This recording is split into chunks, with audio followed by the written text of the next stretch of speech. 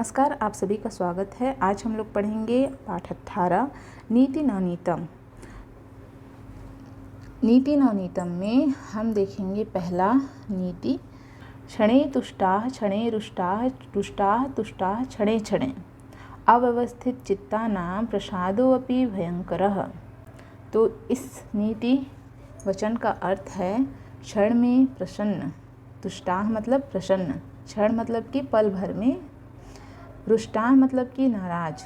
तो जो क्षण में प्रसन्न, क्षण में नाराज, क्षण क्षण में प्रसन्न एवं नाराज होने वाले ऐसे अव्यवस्थित चित्त, अस्थिर चित्त वालों की कृपा भी भयंकर होती है।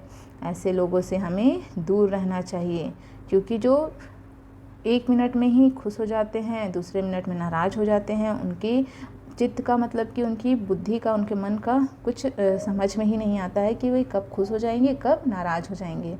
तो ऐसे लोगों की कृपा भी क्या होती है, भयंकर होती है। दूसरा है संपूर्ण कुंभो न करोति शब्दमर्धो घटो घोषमुपैति नूनम विद्वान कुलीनो न करोति गर्वम जल्पन्ति मूढ़ास्तु गुणैर्विहीनाः।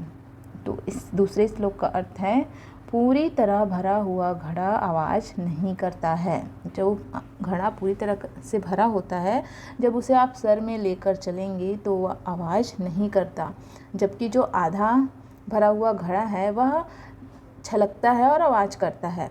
उसी तरह कुलीन विद्वान घमंड नहीं करता। जो सभ्य होते हैं, कुलीन होते हैं, वे लोग कभी भी घमंड नहीं करते, किंतु जिनके पास गुण नहीं होता है, जो विद्वान नहीं होते हैं किंतु गुणों से हीन मूर्ख घमंड की बातें करते हैं। तो जब भी कोई आपसे घमंड पूर्वक बात करे, तब आप समझ जाइएगा कि उसको उस विषय में ज्ञान ही नहीं है। जो विद्वान होते हैं वे कभी घमंड नहीं दिखाते, जो मूर्ख होते हैं वही हमेशा घमंड दिखाते हैं।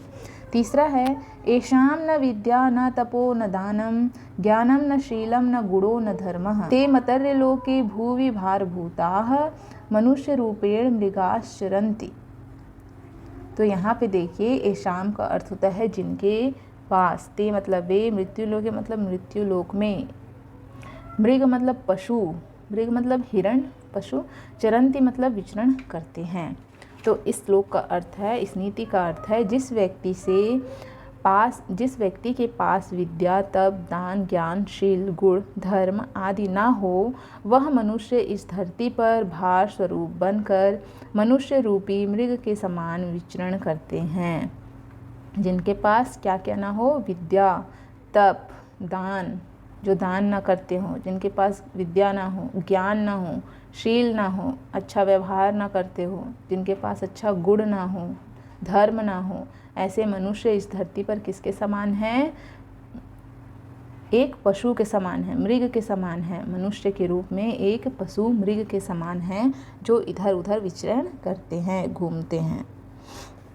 चौथा है उद्यमेन ही सिद्ध्यन्ति कार्याणि न मनोरथैः न हि सुप्तस्य सिंहस्य प्रविशन्ति मुखे मृगाः। न हि सुप्तस्य सिंहस्य प्रविशन्ति मुखे मृगाः। तो इस श्लोक का, इस नीति वचन का अर्थ है केवल कामना करने के नहीं, जमीन मतलब परिश्रम करने से, केवल कामना करने से ही नहीं, कामना मतलब इच्छा, केवल इच्छा करने से, मनोरथ मतलब क्या होता है, इच्छा, केवल इच्छा करने से नहीं बल्कि उद्यम करने से, परिश्रम करने से, कार्य करने से ही कार्य सिद्ध होते हैं। मेहनत करने से, परिश्रम करने से ही कार्य सिद्ध होते हैं, पूर्ण होते हैं।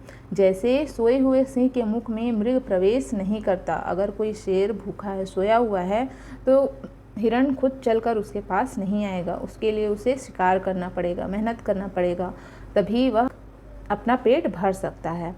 उसी प्रकार किसी भी कार्य को करने के लिए सिर्फ इच्छा करनी ही काफ़ी नहीं है, बल्कि मेहनत करना बहुत ज़रूरी है, परिश्रम करना बहुत ज़रूरी है। पांचवा है शैले शैले न माणिक्यम, शैले शैले न माणिक्यम मौक्तिकम न गजे गजे साधवो न ही सर्वत्र चंदनम न वने वने।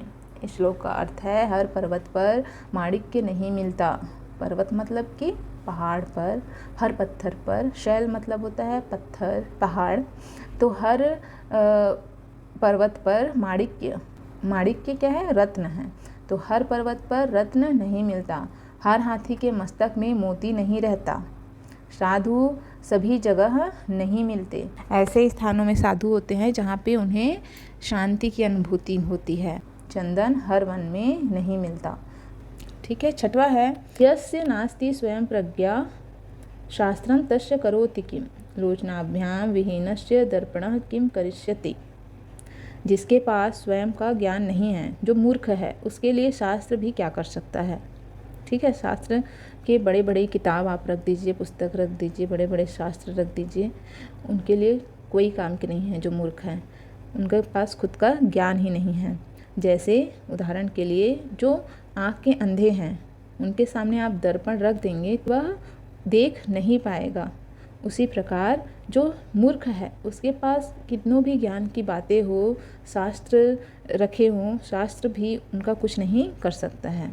सातवां है, नरस्याभरणं रूपं रूपस्याभरणं गुणः गुणस्याभरणं ज्ञानं ज्ञानस्याभरणं क्षमा। इस नीति वचन का अर्थ है, मनुष्य का आभूषण रूप है, मनुष्य की सुंदरता उसके रूप से होती है, और रूप का आभूषण गुण है। रूप कब अच्छा लगता है, जब मनुष्य के अंदर अच्छे गुण होते हैं। गुणस्याभरणं ज्ञानम, मतलब गुण कहाँ से प्राप्त होता है, ज्ञान से। गुण का आभूषण ज्ञान है, और ज्ञान का आभूषण क्या है, क्षमा।